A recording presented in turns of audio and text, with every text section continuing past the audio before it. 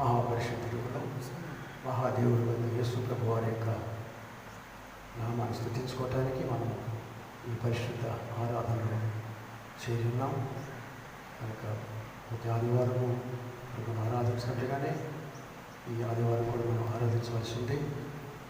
అదే పరిస్థితులు మనకు అనుకూలంగా లేనప్పటికీ కూడా సర్వలోకములు భక్తులు ఆరాధించినట్టుగా మనమును ప్రభువుని ఆరాధించుకోవలసి ఉంది. కనుక మనం తప్పకుండా మహాదేవుడును మన రక్షకుడు యేసు ప్రభువును మనం స్తుతించుకోవడానికి మనం సమావేశమైనాం. ఇక్కడ ఇంతవరకు మనం పాటల ద్వారా మనం మహిమపరచబడ్డాం కనుక ప్రార్థన చేసుకొని ప్రారంభించుకున్నాం. తల ఉంచినట్లయితే ప్రార్థన చేస్తాను నేను, అప్పుడు మిగతా కార్యక్రమాలను మనం జరిపించుకున్నాం. చిన్న ప్రార్థన. మహాపరిశుద్ధుడును మహాదేవుడు మరియు యేసు ప్రభువా, ఈ నామానికి స్తోత్రాలు చెల్లిస్తున్నాం. మమ్మల్ని అందరినీ ప్రభువా గడిచిన వారం అంతా భద్రపరిచే ప్రభువా, అంత మీకు వేలాది స్తోత్రాలు అందరూ చెల్లిస్తున్నాం.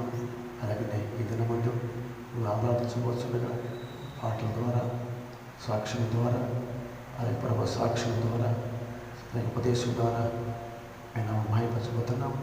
కానీ మీరు మాతో ఉండి ప్రారంభించి ముగింపు కూడా మాతో ఉంటున్నారని ఉంటారని మీరు మహిమ పొందాలని కోరుకుంటున్నాం. దయ చూపించమని మీరు కార్యక్రమం మీద మీ ప్రత్యేకమైన అదృశ్యస్థ నుంచి నడిపించమని దీవించమని యేసుక్రీస్తు నామమున ప్రార్థించి వేడుకుంటున్నాం పరమ తండ్రి. ఆమేన్. ఆమేన్.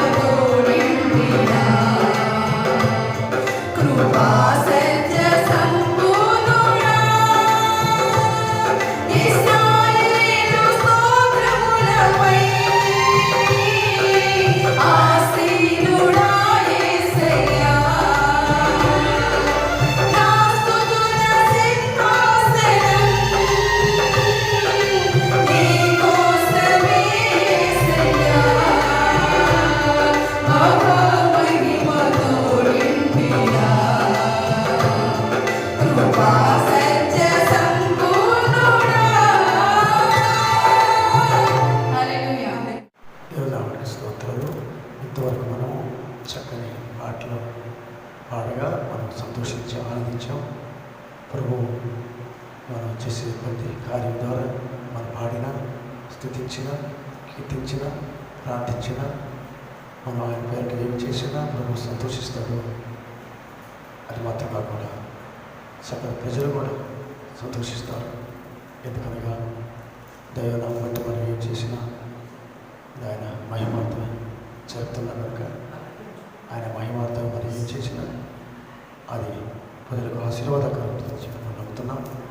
కనుక మరొకసారి కారణం ఈ ఆరాధనలతో వారి బిడ్డలు చక్కని పాటలు పాడారు. దేవుడు మనం దీవించగాక. కనుక మన ఈ పాటల ద్వారా ఆనందించాం. అలాగనే దేవుని వాక్యం కూడా మనం వినాలా. పాటలు ఎంతో విలువైనవి, అలాగే ఆరాధన ఎంతో విలువైంది, అలాగనే దేవుని యొక్క వాక్యం కూడా విలువైనది. కనుక ఆరాధనలో అన్ని భాగాలు విలువైనవన్నీ మనం నమ్మాలా. కనుక దేవుని ప్రజలారా, మీరు దయచేసి అక్కడికి కదలకుండా మీ మనసును కేంద్రీకరించి దేవుని వాక్యం మీద మీ మనసును పెట్టాలని కోరుతున్నాం.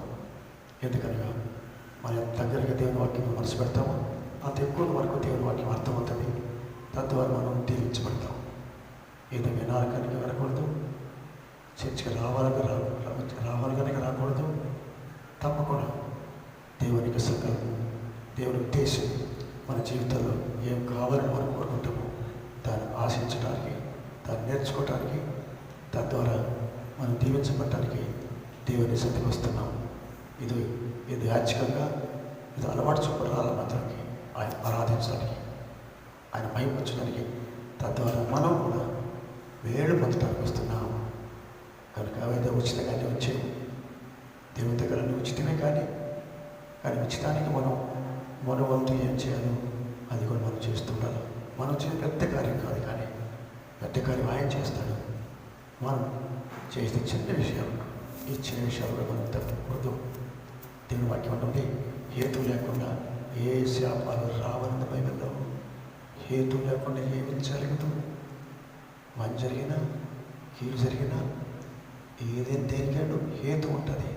దాన్ని మనం గమనించకపోతే ఎందుకు వచ్చింది బాధ, ఎందుకు వచ్చింది ఈ యొక్క జబ్బు, ఎందుకు వచ్చింది అనేటువంటి ఒక అపోహలు ప్రపంచంలో ఎక్కువ ఉన్నాయి.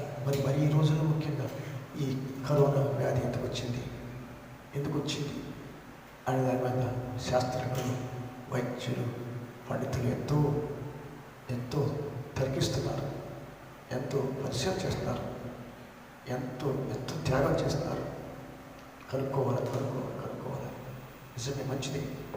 ఎందుకనగా డాక్టర్లు అవసరం, మనకు సైంటిస్ట్ అవసరమే. వాళ్ళు లేకపోతే మనకున్నటువంటి ఈ దేహాన్ని వచ్చే జబ్బులు పోవు. డాక్టర్ లేకపోతే, వైద్యులు లేకపోతే, హాస్పిటల్ లేకపోతే మనం చాలామంది చచ్చిపోతాం. మరి మనం చాలా ఉండాలంటే వైద్యం ఉండాలి. అదే సమయంలో దేవుని వాక్యం కూడా మనకు అవసరం. ఎందుకంటే ఆయన సర్వశక్తిమంతుడు, ఆయనకి అన్నీ తెలుసు కనుక ఆయన తెలియక ఏం జరగదు. మన హిందూ శాస్త్రం ప్రకారం శివుని చిత్తం లేకుండా సేవ కూడా కరవదని చెప్తారు మన పెద్దలు. అట్లాగని దైవ చిత్తం ఏం జరగదు, కానీ ఆ దైవ చిత్తం ఏమి జరగాలన్నా మన యొక్క కోఆపరేషన్ ఉంటుంది. కనుక మనం లేకుండా ఏం చేయడు దేవుడు లేకుండా మనం ఏం చేయలేము. కనుక ఆయన చేస్తాడు, మనం లేకుండా చేయలేము, ఆయన లేకుండా మనం చేయలేము. కనుక ఈ తప్పు కింద గమనిస్తున్నారు. మనకి దినాలు ఆరాధన ముఖ్యం. కొన్ని కారణాల వల్ల మనకు తెలుసు, ఈ భయంకరమైన ఆ కరోనా వ్యాధి ద్వారా ప్రపంచం అంతా ఆరాధన విషయంలో బాధపడుతున్నారు. ఎందుకంటే ఆదివారం అనగా ప్రభు దగ్గరికి వెళ్ళి సన్నిధికి వెళ్ళి సంతోషించి ఆనందించేటువంటి దినమిది. ప్రభు దినమని రాయబడింది. ఈ ప్రభు దినమిది తప్పని వెళ్ళాలి, కానీ పరిస్థితులు పోవలేవు. అలాగే మనం మౌనం ఉండకూడదు. అలాగే మనం మన ఇష్టానుసారంగా ఊహించకూడదు. ఏదో కారణం ఉంటుంది. ఈ సమస్యకు దాని విషయం మనం ప్రార్థన చేయడం మంచిది. మనం ప్రార్థన చేసినప్పుడు దేవుడు తప్పకుండా పరిష్కారం మనం చూపిస్తాడని మనం నమ్ముదాం. అదే సమయంలో దేవుని వాక్యం మనసు పెట్టాలా, దైవ వాక్యం మనసు పెట్టాలా. వాటిని మనసు పెట్టకపోతే మనకి అర్థం కాదు. యోహాను సువార్త 6వ అధ్యాయంలో 63వ వచనంలో ఒక చక్కని మాట రాశాడు. ఆ మాట ఒకసారి చదువుకుందాం. ఆత్మయ జీవింప చేయుచున్నది, శరీరము కేవలము నిష్ప్రయోజనము. నేను మీతో చెప్పి ఉన్న మాటలు ఆత్మయు జీవమునే ఉన్నవి. కనుక నిష్ప్రయోజనం అంటాడు, ఆత్మయే జీవిస్తుంది. కనుక శరీరం నిష్ప్రయోజనం అంటాడు, పనిచేస్తుంది, కానీ ఆత్మయే ముఖ్యం. కనుక దేవుని వాక్యం అంతా ఆత్మ సంగతులతో నింపబడింది. భౌతికమైన ఉన్నాయి శరీర విషయాలు, కానీ ఆత్మ సంబంధమైన సంగతులు ప్రాముఖ్యమైనవి. అది జీవాన్ని ఇస్తుంది, జీవింపు చేస్తుంది. దాని విషయం మనం ఆ నిర్లక్ష్యం పట్టుకుంటుంది, తలంచుకుంటాం. ఎందుకనగా ప్రకృతి ఉంది, మన ప్రకృతి ఉంది. ఈ ప్రకృతి మనం చూస్తున్నాం కదా. అలాగే భౌతికం ఉంది, భౌతికం ప్రకృతి ఉంటుంది. మనం చూసేవన్నీ ప్రకృతి భౌతికం. కానీ దేవుని వాటికంటే మించిన విషయాలు చెప్తారు. మించి విషయాలు, ఆత్మ విషయాలు. నిష్ప్రయోజనం అవుతున్నాడు ఆయన. చదివినాం కదండి, నిష్ప్రయోజనము. వాటికంటే మించి మనం చూడాలా. మరి ఏదైనా వ్యాధిస్తే మనం దాని మీద మనసు పెడతాం, ఏం చేయాలో ఆలోచిస్తాం, డాక్టర్ దగ్గర వెళ్తాం, ఆయన తొందర పెడతాం. కానీ ఆ వ్యాధికి రావడానికి దాని మీద కారణం ఏంటో కూడా మనం గమనించాలి. కానీ మన మనిషి కొన్ని సమస్యలకు కారణం ఏంటో మనం కేవలము ఆ సమస్యలే చూడకూడదు, సమస్యలకు వెనక ఏముందో చూడాలి. దానికి బియాండ్ అన్నమాట. దానికి తర్వాత ఏముంది అది కూడా చూసుకుంటున్నారా. అది చూడడం వల్ల ఇదే పరిష్కారం అని అది చూసుకున్నాం, దీనికి కారణం చూసుకున్నాం. అది కాదు. కానీ దానికి ముందుగా దానికంటే ముందు ఏముందో, బియాండ్ మించి ఏముందో అవి కూడా గమనిస్తూ ఉండాలి. నేను వాక్యం చెప్తాను వినాలి. తప్పకుండా ఆత్మ సంగతి లేదు, ఆసక్తి కలిగి ఉండాలి. అప్పుడు మనకు దేవుడు మనకు నేర్పిస్తాడు. భౌతికమైన వాటిని నేర్పించింది వేరు, భౌతికమైన వాటితో నేర్పించింది వేరు. అలాగే దాన్ని ఆత్మ సంగతుల మీద నేర్పించింది వేరు. కనుక ఆత్మ సంగతులు కూడా ముఖ్యమైన మనం మర్చిపోవద్దు. నేను మరోసారి మనం చేస్తున్నాను వీళ్ళ. ఆ తర్వాత వాటిని రాబడినట్టుగా అక్కడ ఇవన్నీ కూడా మనం గమనిస్తుండాలి, మర్చిపోవద్దు. కనుక ఏదో వచ్చింది దాని గురించి ఏం చేస్తాం ఆలోచించకూడదు. పైగా చెప్పినట్టుగా 6వ అధ్యాయం 63లో మరొకసారి చైతే చెప్తాడు. ఏమంటే ఏం చేస్తాడు? ఆత్మయ జీవింప చేయుచున్నది, శరీరము కేవలము నిష్ప్రయోజనము. నేను మీతో చెప్పి ఉన్న మాటలు ఆత్మీయును జీవమునే ఉన్నవి. ఆత్మీయమును జీవమునే ఉంది. మరి జీవింప చేసేది ఆత్మ, శరీరము జీవింప చేయదు.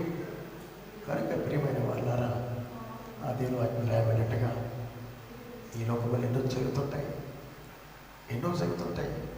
జరుగుతూనే ఉన్నాయి కూడా. వాటిని మనం ఆలోచించాల్సిన పని లేదు. కానీ తప్పకుండా మనం ఇది జరిగింది అనుకొని చింతించుకోవచ్చుకూడదు. ఎందుకనగా ఆయన సర్వశక్తిమంతుడు, ఆయన సర్వజ్ఞానమైన. ఈ విషయం మనకు తెలియకముందే, ఈ వ్యాధి రాకముందే, ఈ సమస్య లేనప్పుడే ఆయన తెలుస్తుంది. ఆయన సర్వజ్ఞాని కానీ ఎట్లా కదా, మనం సర్వజ్ఞానం కాదు, ఆయన ఒక్కడే సర్వజ్ఞాని. మనకు కొన్ని కొంత మాత్రం తెలుసు, మనకు పూర్తిగా తెలియదు.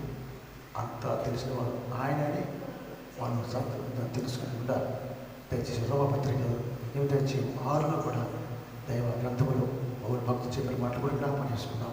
ఏమనగా ఆత్మానుసారమైన మనసు జీవమును సమాధానమునే ఉన్నది. కనుక ఆత్మానుసార మనసు జీవమును సమాధానమునే ఉన్నది. కనుక జీవము సమాధానం, ఆత్మానుసార మనసు, ఆ మనసు ఉండాలన్నమాట. శరీరానుసార మనసు ఉంటే మనకి ఇవి రావు. శరీరం మీద మనసు పెడుతున్నాం. బైబిల్ ఉంది, శరీరానుసారాలు శరీరం మీదనే మనసు పెడతాం. ఈ భౌతికమైన మనసు పెడతాడు. ఈ భౌతిక మనసుతో వీటి మనసు, వీటి వెనకే ఉందో, వీటికి ముందే ఉందో తెలియదు వాడికి. చూస్తున్నాం కదా, ఎందుకు వర్షం వస్తుందో చూస్తున్నాం. మనకు తెలియదు, కొన్నిసార్లు తెలియకుండా వర్షం వస్తుంది. సీజన్స్ ఉన్నాయి, ఎండాకాలం, వర్షాకాలం, శీతాకాలం, మనకు తెలిసింది. దీన్ని బట్టి మనం ఆలోచిస్తున్నాం. కానీ వీటికి తెలియకుండానే వర్షం వస్తుంది, కానీ ఎవరు తెలుసది? దానికి బియాండ్ ఏదో ఉన్నాయి. అవి మానవుడికి తెలియని విషయాలు. కనుక మనకి అర్థం కాని ఎన్నో ఉన్నాయని మనుషులు గుర్తించారు. ఎందుకంటే అన్నారు దేవుడు లేడని చెప్పుకుంటారు మనుషులు కొందరు. దేవుడు లేడండి, దేవుడి కూడా చెప్పలేడు. వాళ్ళు నాస్తికులు అంటాం మనం. కనుక బైబిల్ చెప్పదు, ఒప్పుకోదు. దేవుడు ఉన్నాడు. ఈ సృష్టి కనుక ఒక వ్యక్తి ఉన్నాడని బైబిల్ చెప్తుందని మనం ఎప్పుడు మర్చిపోకూడదని నేను మనవి చేస్తున్నాను. దయచేసి మత్తయి సువార్త 10వ అధ్యాయము 1వ వచనం చూస్తే మనం అక్కడ ఇంకా భక్త చెప్పిన మాట్లాడుతున్నాం. ఆయన తన 12 మంది శిష్యులను పిలిచి అపవిత్రాత్మలను వెళ్ళగొట్టుటకును, ప్రతి విధమైన రోగములు, ప్రతి విధమైన వ్యాధులు స్వస్థపరచుటకును వారికి అధికారం ఇచ్చెను. కనుక తన శిష్యులు కూడా ఆయన ఏర్పరచుకున్నప్పుడు ఆయన వారికి అధికారం ఇచ్చేటటువంటి ఆయనకు అధికారం పంపించాడు. వచ్చి మీరు వెళ్ళండి, సువార్త ప్రకటించండి, నా నామాన్ని ప్రకటించండి, సర్వలోకానికి వెళ్ళండి, అదే సమయంలో నా పేట ప్రార్థన చేయమని చెప్పాడు. దయ్యమని వెళ్ళగొట్టమన్నాడు, రోగాల కొరకు ప్రార్థన చేయమన్నాడు. ఇవన్నీ బైబిల్లో ఉన్న మాటలే. కనుక ఇవన్నీ కూడా కొత్త విషయాలేం కాదు. కనుక దయ్యమని వెళ్ళగొట్టుకును, రోగాలు స్వస్థపరచుటకును తన శిష్యులకు ఆ రోజున ఆజ్ఞాపించాడు, అధికారం ఇచ్చాడు. దేవుడే. ఆయన అధికారం ఉందండి. ఎందుకంటే దేవుడు ఆదాము సృష్టించినప్పుడు ఆయన ఆదాముకు తన మరి అధికారం ఇచ్చాడు. అధికారంతో వారు పుట్టారు. ఏదో ఒట్టిగా చేతకాని వారికి దేవుడు చేయలేదు. కనుక ఆదాము తన భార్యకు అధికారం ఇచ్చాడు. అధికారం వచ్చి ఈ లోకంలో వారిని పుట్టించి జీవన చేశాడు. ఆయన అధికారం దేవుడు మనకు ఇచ్చాడు. మనకు దానికి అధికారం వారు చిన్న మిస్టేక్స్ చేశారు, చిన్న పొరపాటు చేశారు. అది దేవుడు ముందు చెప్పాడు ఏం చేయాలో ఏం చేయకూడదు. దేవుడు ముందుగా చెప్తాడండి. మన గ్రంథాలు చెప్తామంట. మన పరిశుద్ధ గారిని చెప్పి గొప్ప శ్రద్ధగా ఏం చేయాలో ఏం చేయకూడదు ముందుగా చెప్తాడు దేవుడు. ఇది మనకు అర్థం కాదు. డాక్టర్లు చెప్పకపోవచ్చు, శాస్త్రం చెప్పకపోవచ్చు, కానీ పరిశుద్ధ గ్రంథంలో ఏం చేయొచ్చు ఏం చేయకూడదు తప్పకుండా చెప్తాడు. ఎందుకంటే దేవుడు కొన్ని ఆజ్ఞాపిస్తాడు. గ్రంథములు సలహాలు లేవండి. ఈ పరిశుద్ధ గ్రంథములు సలహాలు లేవు. దేవుడు సలహాలు గ్రంథం చేస్తే చేయి, మానేస్తే మానేసి. సలహా లేదు, ఆజ్ఞాపిస్తాడు. కానీ ఇప్పుడు కూడా సలహాలు కొరకు బైబిల్ చదవకూడదు. ఏం సలహా ఇస్తాడు దేవుడు? సలహాల కొరకు బైబిల్ చదవకూడదు. ఎవరు ఆయన సలహాలు కూర్చోడైనా తప్పకుండా ఆజ్ఞాపిస్తాడు. ఇది చేయొచ్చు, ఇది చేయకూడదు. అది బైబిల్ చదివేవాడు గమనించాలి. ఇది గమనిక నోట్. అలా కాకుండా ఏం సలహా ఇస్తాడు చదువుతాం అంటే ఈ సలహాలు కూర్చోడు. ఆయన సలహా దేవుడైనా సలహాని అర్థం ఏంటంటే చేయొచ్చు మానేయచ్చు. కానీ బైబిల్ అలా చెప్పదు. ఆజ్ఞ చేయమని చేయటమే. నువ్వు చేయకపోతే నేను చదువుతాను. అలాగే తీసుకోవాలి బైబిల్ ఇప్పుడు కూడా. అది దేవుడు సలహా ఇచ్చాడ మన ఇష్టం చేస్తాం, మనం మానేస్తాం. మన చేత కాదు కదా, మనం చేయలేం కదా అని సమర్థించుకోకూడదు. సమర్థించుకోవడానికి బైబిల్ రాయబడ్డ జగత్తు పునాది వేయబడి ఉంది. సృష్టి లేనప్పుడు ఆయన ఇవన్నీ రాసించాడు. గడిపేడా బైబిల్ చదివినప్పుడల్లా ఇది నా కొరకు మా కొరకు మనం చేయటం వరకే ఇచ్చాడు. దేవుడిని మంచి మనసుతో స్వీకరించి ఆయన చెప్పింది చేయడానికి ఇష్టపడాలి. కట్నంగా ఉంటాయి, కొన్ని గట్టిగా ఉంటాయి. అవి మనం కట్నం కొరకు ఆయన పెట్టాలి. అది మనకు కట్నంగా ఉన్నాయి. ఎందుకనగా మనుషులు కఠినాత్మలు కనుకనే దేవుని వాడు కఠినంగా ఉంది. దేవుని వాడు కఠినంగా ఉండదు. మన దేవుడు కఠినాత్మక ఆయన ప్రేమగలవాడు, దయగలవాడు. ఇంత మంచి దేవుడు ఆయన. మనం ఆయనకి ఆపాదిస్తున్నాం, మనం ఆయన మీద నేరం వేస్తున్నాం. ఆయన కఠినాత్ముడైతే ఈ లోకం ఎప్పుడో గతించిపోను, ఈ లోకం ఎప్పుడు నశించిపోను, ఎప్పుడో పడైపోను. ఆయన కఠినాత్ముడు కాదు. మనం కఠినాత్ములైనందువల్ల ఆయన ఆజ్ఞలు ఆయన ఉపదేశాలు మనకు కఠినంగా ఉన్నాయి అని మనం తీసుకోవాలి. బైబిల్ చెప్తాను. ఇంత మంచి మాటలు, ఇంత మంచి వాక్యం దేవుడు మనతోనే తెలుసుకుంటాని మేము మనం చేస్తాను. వెళ్ళాలి. దేవుడు ఎంత మంచి దేవుడు మరి ఒకసారి చూస్తాం. దయచేసి యెషయా గ్రంథంలో 26 నుంచి 3 వచ్చిన మాట ఉంది. 26:3.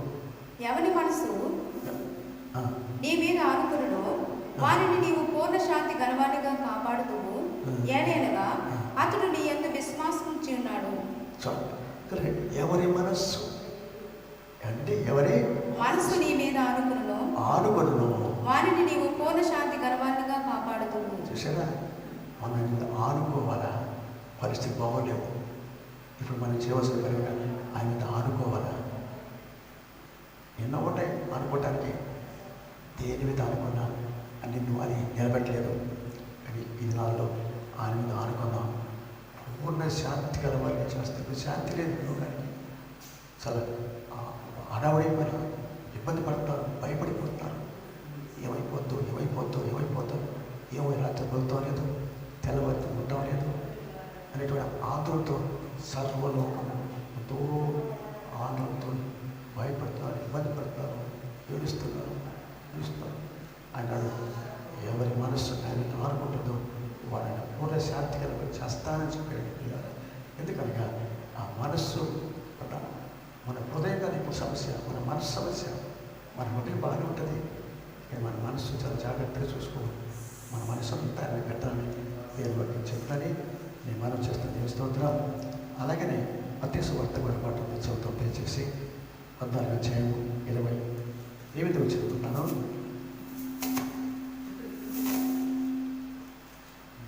14:28, 29, 30. పేతురు, ప్రభువా, నీవే అయితే నీళ్ళ మీద నడిచి నీ ఎద్దుకు వచ్చుటకు నాకు సెలవిమ్మని ఆయనతో అనెను. చదవండి, మళ్ళా చదవండి. అది కింద కూడా 29 సర్వీస్.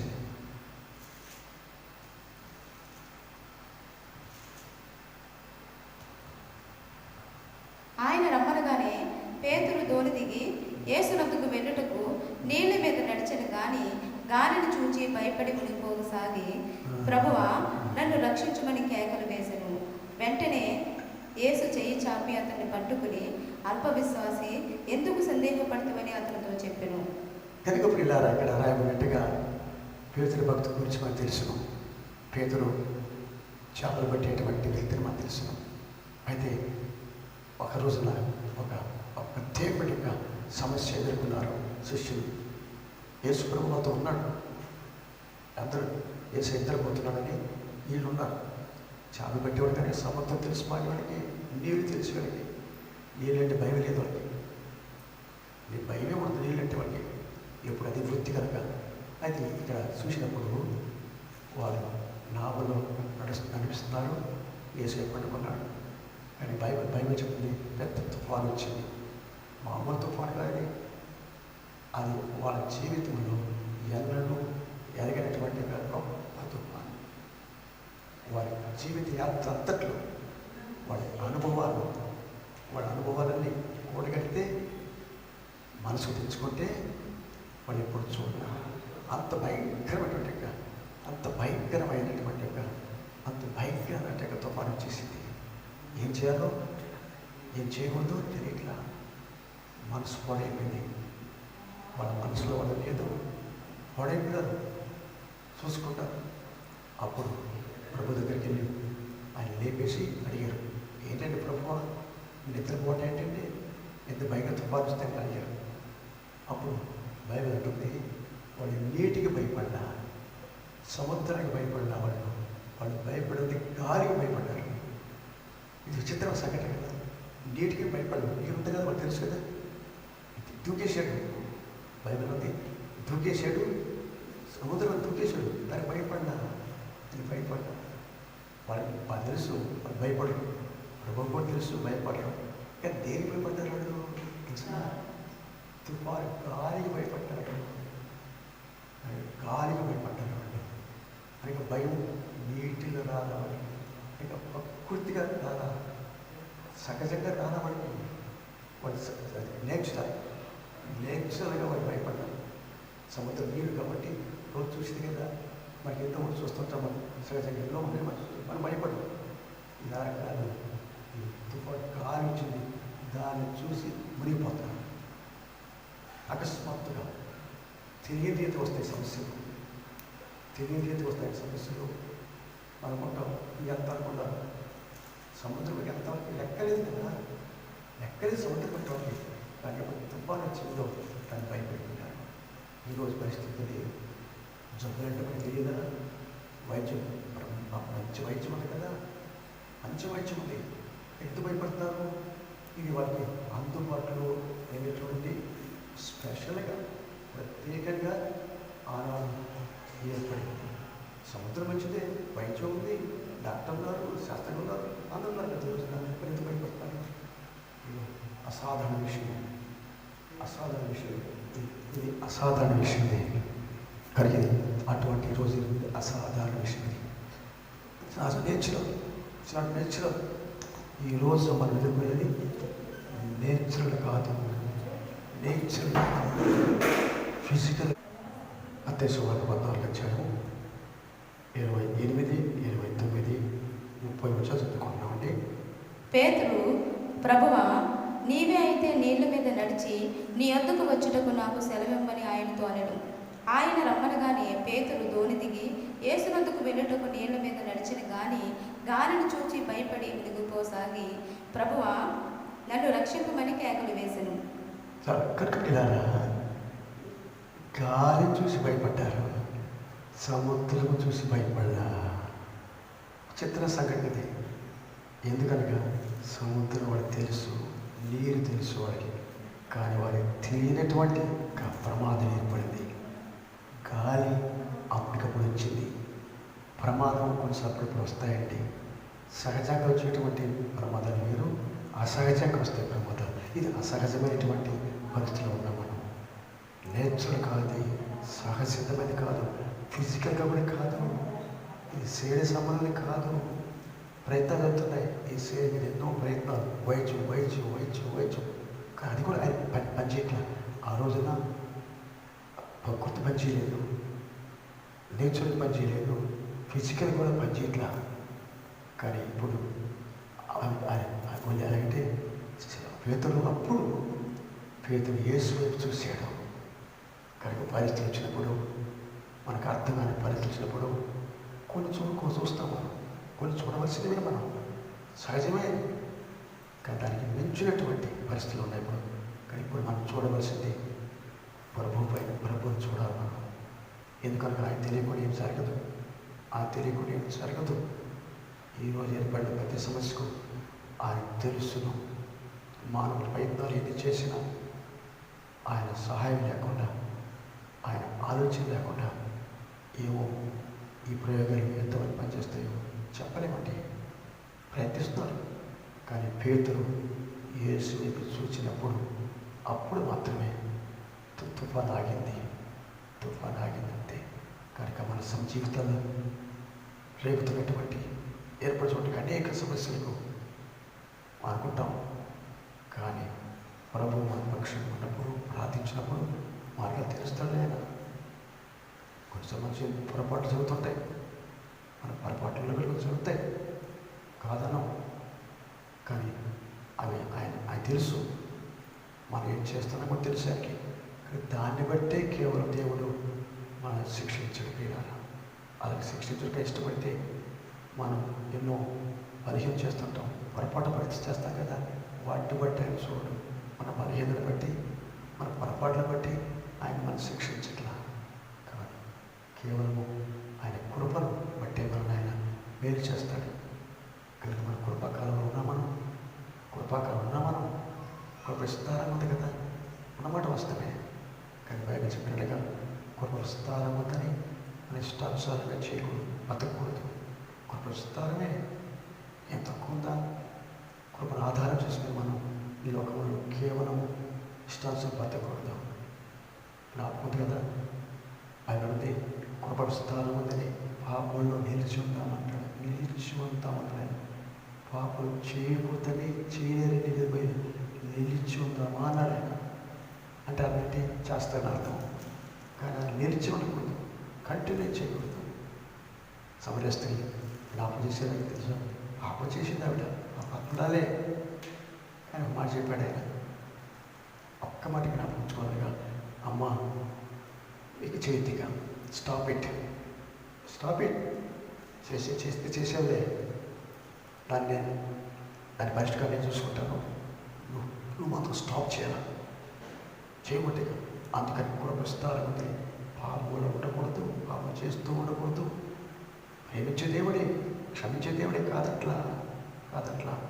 కానీ అలా చేసినప్పుడు ఎంత క్షమించబడినా దానికి పర్యవసరం ఉంటుంది, రిజల్ట్ ఉంటుంది. తప్పు చేస్తే తప్పకుండా రిజల్ట్ ఉంటుంది. కుటుంబం ఉన్నా సరే రిజల్ట్ ఉంటుంది. అది క్రైస్తవులకు అర్థం కావదు. పరమ క్షమిస్తారు కదా అనుకుంటారు, కానీ తప్పు చేయనప్పుడు దానికి పరిష్కారం అని చేస్తారు, కానీ దానికి ఫలితం ఉంటుంది. ఎందుకంటే చెప్పండి చేద్దాం కదా. మీరు మరి చోట తెలుసు జ్ఞాపకంగా ఆ యొక్క వ్యక్తి అక్కడ కూర్చొని జ్ఞాపకం ఉందండి. ఆయన ఎక్కడ కూర్చున్నా అంటే దయచేసి మన సొంత మనం జ్ఞాపకం దయచేసి ఆ యొక్క వ్యాధిగ్రస్తుడు 38 సంవత్సరాలు కూర్చున్నాడండి జబ్బుతో. 38 సంవత్సరాలు జబ్బు. బెతస్దా కోలే 38 సంవత్సరాలు జబ్బు మనిషితో. చిన్న జబ్బు అది. 38 సంవత్సరాలు చచ్చిపోవాలి. చచ్చినాడు వాడే బతికున్నాడు. అక్కడ బైబిల్ అంటుంది, నాకు మీ చేతి పిల్లారా 30 సంవత్సరాలు పడిపోతున్నాడు. ఇక్కడ సహాయం లేక బాధపడుతున్నాడు, ఎవరేం చేయలేరు. అప్పుడు యేసయ్య ఆ మార్గం ఇచ్చాడు. అక్కడ చూడు ఏముంది బైబిల్ పిల్లారా, ఏముందంటే అక్కడ 38 ఏళ్ల నుండి వ్యాధి గల ఒక మనుషుడు యేసు వాడు పడి ఉండుట చూచి, వాడప్పటికి బహుకాలం నుండి ఆ స్థితిలో ఉన్నాడని ఎరిగి, స్వస్థత పడగోరుచున్నావా అని వారిని అడగగా, ఆ రోగి, అయ్యా, నీళ్లు కదిలింపబడినప్పుడు నన్ను కోనేటిలోనికి దించుటకు నాకు ఎవడునూ లేడు కనుక నేను వచ్చినంతలో మరియొకడు నాకంటే ముందుగా దిగురని ఆయనకు ఉత్తరమిచ్చెను. యేసు, నీవు లేచి నీ పరుపెత్తుకుని నడువమని వాడితో చెప్పగా, వెంటనే వాడు స్వస్థత నుండి తన పరుపెత్తుకుని నడిచెను. ఇంకేముందండి, కనుక వాడు నడిచెను. అప్పుడు ఒక మాట చెప్పాడు ప్రభు. అక్కడ చక్కని మాట ఉంది ఆ భాగంలో. ఏమన్నా అంటే ఆయన, అబ్బాయి 35 సంవత్సరాలు బాధపడుతున్నావు, దానికి అది కారణం ఉంది. అది చదువుతాం, పాపం ఉంది. అది రాయని చెప్పాలి, ఏ పాపం చెప్పాలా, అది రహస్యం వచ్చేది దేవుడు. పాపం ఉంది కానీ పాపం చెప్పరా. కానీ ప్రభు ఏమన్నాడంటే ఒక మాట చెప్పాడు ఆయన, అబ్బాయి, నువ్వు ఇప్పుడు దాకా చేసినావు, ఎవరి స్థితి చేసావు, కానీ నీ బాధపడ్డావు, నీకెవరు సహాయం చేయాలా, నేను చేస్తున్నాను అని చెప్పిన తర్వాత ఏమన్నాడంటే, యేసు, నీవు లేచి నీ పరుపెత్తుకుని నడువమని వాడితో చెప్పగా, వెంటనే వాడు స్వస్థత నుండి తన పరుపెత్తుకుని నడిచెను. ఆ దినము విశ్రాంతి దినము గనుక యూదులు, ఇది విశ్రాంతి దినము కదా, నీవు నీ పరుపెత్తుకుని తగదే అని స్వస్థత నొందిన వాడితో చెప్పిరి. అందుకు వాడు, నన్ను స్వస్థపరిచిన వాడు నీ పరుపెత్తుకుని నడువమని నాతో చెప్పినను. చాలు అక్కడ దయచేసి చూడండి. 5వ అధ్యాయము 14 వచ్చినమని ఏం చెప్పాడు చూస్తాం. అటు తర్వాత యేసు దేవాలయంలో వారిని చూచి ఇదిగో స్వస్థత నొందితివి. చూడండి, స్వస్థత నొందితివి, మరి ఎక్కువ కీడు నీకు కలుగకుండానట్లు ఇక నువ్వు పాపము చేయకుమని చెప్పగా, వాడు వెళ్ళి తన్ను స్వస్థపరిచిన వాడు యేసు అని యూదులకు తెలియజెప్పెను.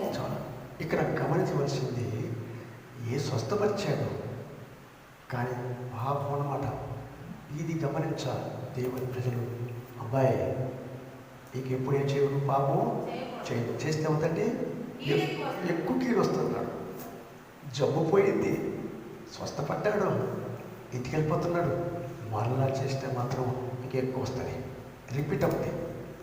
డాక్టర్ కొన్నిసార్లు స్వస్థం బాగు చేస్తారండి, చెప్తారు వాళ్ళు, అబ్బాయి నీకు మళ్ళీ చేయకూడదు, పని చేస్తే మళ్ళీ తినబడుతుంటారు. కేసు తినబడుతుంటాయి కొన్ని జబ్బులు. ఎందుకని స్వస్థపడ్డా సరే వాడు అదే తప్పు చేస్తే మళ్ళీ వస్తాయి. ఇది గమనించాలి. కనుక ప్రభు దేవుని కృప మంచిదే, కానీ కృప అంటే ఇక చేస్తూ ఉండడానికి ఆ తప్పులు క్షమించిన తర్వాత వాటికి దూరంగా ఉండాలి. అటనగా కంటిన్యూ అవ్వకూడదు, రిపీట్ అవ్వకూడదు. దేవుడు కృప కలవాలని మరి రిపీట్ చేయకూడదు. కనుక అప్పుడు అలా చేసినప్పుడు మన జీవితాలు బాగుంటాయి. కనుక తప్పులు క్షమించినప్పుడు మళ్ళీ ప్రభు దగ్గర ఉంటారు, మనం సాక్షిగా ఉండాలి. ఆయన మళ్ళీ మన ద్వారా ఆయన మహిమ పొందాలని దేవుని వాక్యం చెప్తుంది. దేవుని స్తోత్రం. కనుక మళ్ళీ హల్లెలూయా. దేవుని వాక్యం ఇంకొక మాట చాలు దయచేసి. ఆఖరగా 26వ అధ్యాయము యెషయా గ్రంథం 3వ వచనం అంటే చదువుకొని మనం ప్రార్థన చేసుకున్నాం. ఎవని మనసు నీ మీద అనుకును వారిని నీవు పూర్ణ శాంతి గలవానిగా కాపాడుతును, ఏలైనగా అతడు నీ యందు విశ్వాసం ఉంచి ఉన్నాడు. కనుక ఆయన మనం పూర్ణమైనట్టుగా విశ్రాంతి రావాలంటే పూర్ణం అనుకోవాలా, పరిపూర్ణమైనటువంటిగా ఏది పరిపూర్ణంగా మనకు రావాలన్నా మనం కూడా పరిపూర్ణంగా ఆయన మీద ఆనుకోవాలా. ఏది చేయమన్నాడో అది పరిపూర్ణంగా చేయాలి, అరకొర కాదు. ఆయన పరిపూర్ణంగా ఏది చేయాలన్నా మనం కూడా పరిపూర్ణంగా చేయాలి. రిక్వైర్మెంట్ మనం ఏది కోరినా దాని విషయంలో ఏం చెప్పాడు దాన్ని మనం కూడా పరిపూర్ణంగా చేయాలి. అది బైబిల్. అందుకని ఇది కొద్దిగా చేసి పూర్తి ఆశ్రయించబడం అని బైబిల్ చెప్పాడు. ప్రియారా, పూర్ణముగా ఆధారపడదాం, సంపూర్ణంగా మనం అందరు వేడి పొందాం. కనుక ఈ యొక్క భయంకర దినాల్లో మనం జీవిస్తున్నామని చెప్పుకుంటాం. కానీ ఆయన మన మనస్సు ఎవరి మనసు ఆయన పూర్ణంగా అనుకుంటుందో మనకు పూర్ణంగా శాంతి ఉంటుంది, నెమ్మది ఉంటుంది. ఈ నెమ్మది కాలం నెమ్మది కావాలి మనకు, ధైర్యం కావాలి మనకు, వేడు జరగాలి మనకు. కనుక దీని గురించి మనం లోకంలో వెళ్తే రాదు. కానీ కొంతమంది ఆధారపడదాం, ప్రార్థన చేస్తాం, నమ్ముకుందాం. కనుక ప్రభువుని అడుగుదాం. ఏడుస్తే కూర్చుంటే జబ్బులు పోగుంటున్నారు, ఏడిస్తే జబ్బులు పోవు, ఏడిస్తే దీవెలు రావు. చాలామంది క్రైస్తవులు అనుకున్నట్టు ఆలోచనగా జబ్బు వస్తే ఆడుకుంటాం. జబ్బులు వస్తే ఏడిస్తే ఎక్కువ జబ్బులు ఎక్కువ అవుతాయి, జబ్బులు తగ్గవులు ఎక్కువ అవుతాయి. కానీ జబ్బులకి ఆడకూడదు. జబ్బులకి ఏది పరిష్కారం చేయాలి, ఎంత జబ్బులు సమస్యలకు పరిష్కారం ఏడిపే కాదు, ప్రార్థన చేసుకోవచ్చు. అది చేయాలి అంటే ప్రార్థన సరిపెట్టుకోకూడదు.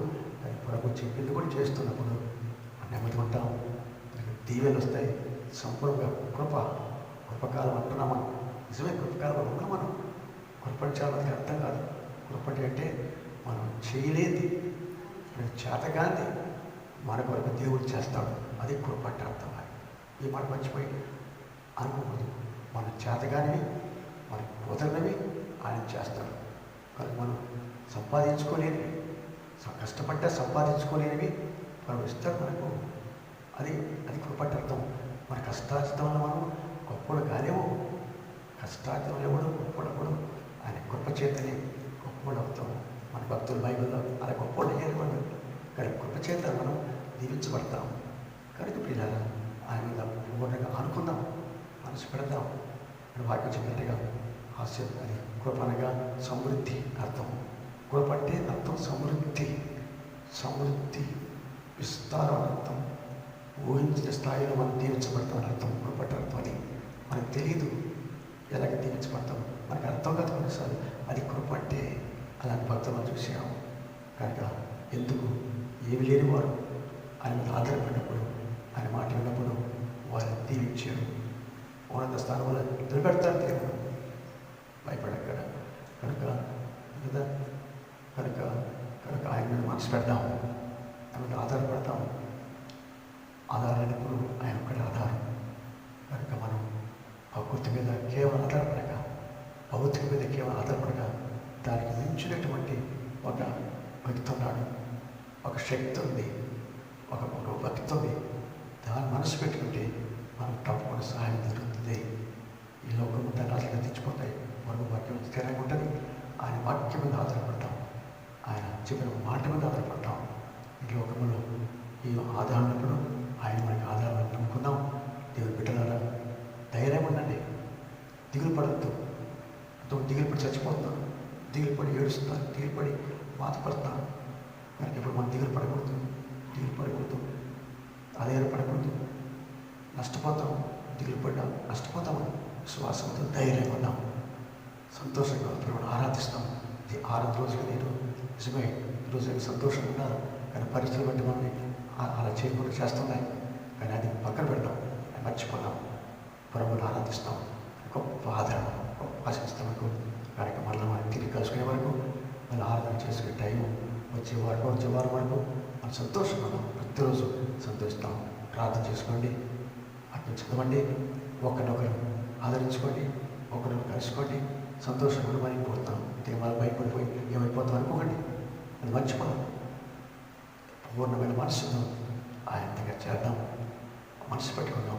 దేవుడు మనల్ని, మన కుటుంబాన్ని, మన పట్టణాన్ని, మన ప్రజల దేవుడు దీవించాలని ప్రార్థన చేస్తాం.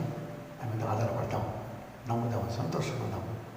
దయచేసి దిగులు పెట్టుకోకండి, బాధపడకండి. బైబిల్ చెప్పినట్టుగా సంతోషించండి. శ్రమలు వచ్చినప్పుడు కృంగిపోకూడదు. వాళ్ళు చేతగాని వారు ఉన్నారే, శ్రమలు వచ్చినప్పుడు కృంగిపోయేటప్పుడు వారు చేతగాని వారే. వారి చేతగాని వారు కాదు. మనకు శక్తి ఉంది, ధైర్యం ఉంది, మనకు ఆధారం ఉంది, మన దేవుడు ఉన్నాడు. భయపడక మనకు ఏమాత్రం ఆధారం లేవు. భయపడుకుంటానికి ఆధారం నా దేవుడు మనకు ఆధారం. ఆయన నేను ఆధారం అన్నాడు. నేను ఆధారమైన ఈ ప్రపంచం లేడు. అన్ని ఆధారాలు క్లోజ్ అయిపోయినాయి, దారులు క్లోజ్ అయిపోతున్నాయి. ప్రపంచం దారి లేదు కనుక ఆయన ఒక్కడి ఆధారమని ఎవరు నమ్ముతారో, ఎవరు విశ్వసిస్తారో, ఎవరు ధైర్యంతో ప్రార్థిస్తారో వాళ్ళు తప్పకుండా దేవుడు భద్రపరుస్తాడు. ఈ భయంకరమైనటువంటి వ్యాధి నుంచి, ఈ సమస్య నుంచి దేవుడు మనకి కాపాడాలి. మన కుటుంబాలు, మన ప్రజలు దేవుడు కాపాడమని ప్రార్థన చేయాలి. మన బాధ్యత. ప్రార్థించవలసిందే. ప్రార్థన చేస్తాం. ప్రార్థనతో పాటు విశ్వాసం కలిగి ఉన్నాం. మన చేత సహాయం చేస్తాం. దేవుడు ఈ వాక్యం మన వినికిడిలో సమృద్ధిగా తీర్చి ఆశ్రయించడం కాక. ఆమేన్. ప్రార్థన చేసుకొని ఈ యొక్క ఆరాధన ముగించుకుందాం. క్షేమ వెళ్తున్నట్టు మనం సిద్ధపడదాం. మహాపరిషుద్ధుడా, మహోన్నతుడా, జీవాధిపతి స్తోత్రాలు చెల్లిస్తున్నాం. ఇచ్చిన వాక్యం కొరకు స్తోత్రాలయ్యా. పాటల కొరకు స్తోత్రాలు, ప్రార్థన కొరకు స్తోత్రాలు, వాక్యం కొరకు స్తోత్రాలు, మీరు చెట్టుగా ధైర్యం కొరకు స్తోత్రాలు. కానీ మరొకటి మీకు అప్పగించుకొచ్చున్నాం. మమ్మల్ని ధైర్యం ఉంచండి. మేము బ్రహ్మ ఆదివారం తండ్రి తక్కువ త్వరగానే ముగించబడుతుంది. మనకి రాత్రి రాబోతుంది. ఈ రాత్రిలో మనం కాపాడండి. దానికి ఏ తెగులు రాకుండా మమ్మల్ని కాపాడయ్యా. ధైర్యం ఉంటే కాపాడమని, మాకు ఏ వస్తువులన్నీ కూడా మనం దయచేయమని, ఏ లోటు లేకుండా జీవించకుండా దయచేయమని, భయం పొందమని యేసుక్రీస్తు వారి యొక్క పరిశుద్ధ నామన, అతి పరిశుద్ధమైన నామన, తండ్రి దేవ మీ కుమారుడు నామను పరిశుద్ధాత్మక సహాయంతో మేము ప్రారంభంగా అప్పగిస్తున్నాం. అంగీకరించింది వందలు చేసుకుంటూ మరొకసారి తండ్రి కుమార పరిశుద్ధ త్రియేక నామమునకు మహిమ చెల్లిస్తూ ముగించుకున్నాం. దేవుడు మిమ్మల్ని దీనికి ఆశించును కాక. ఆమేన్. ఇప్పుడు మన తండ్రి దేవుని ప్రేమ, ఆయన కుమారుడు యేసు కృప, పరిశుద్ధాత్మ దేవుని యొక్క సంపూర్ణ సన్నిధి, సకల ఆశీర్వాదములు అంతరిక్ష కలుగును కాక. ఆమేన్.